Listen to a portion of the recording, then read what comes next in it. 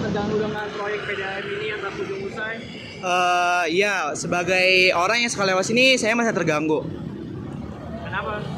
Karena kalau dilihat-lihat kan rentan jalannya kan juga kecil ya, ditambah kendaraan yang lewat di situ ada truk, ada busway, ada angkot, dan mobil pribadi juga. Jadinya ketika ada penggalian ini tuh akses jalannya tuh mengecil, jadinya hanya bisa dilalui satu mobil doang. Jadinya itu membuat macet yang bisa dibilang cukup panjang ya selama penggalian ini belum selesai gitu. Ditambah juga ketika mau muter balik di sini, saya tuh biasanya muter balik itu 1 atau 2 menit aja gitu. Tapi dengan adanya PDA ini tuh jadinya bisa sampai 5 menit. Bahkan kalau misalnya ada macet lagi tuh bisa lebih gitu.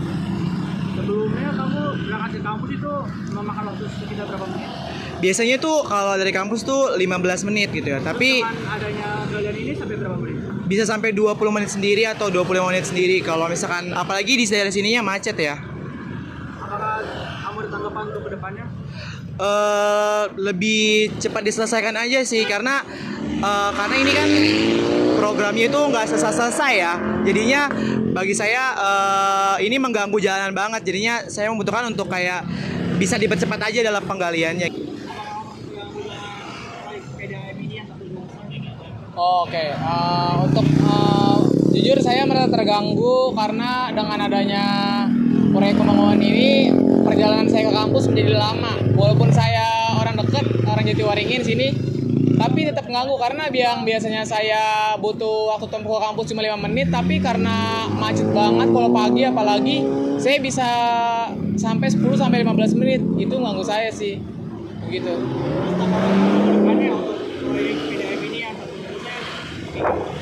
Ya, tanggapan saya atau harapan saya mengenai proyek PDAM ini, saya harap proyek ini cepat selesai ya.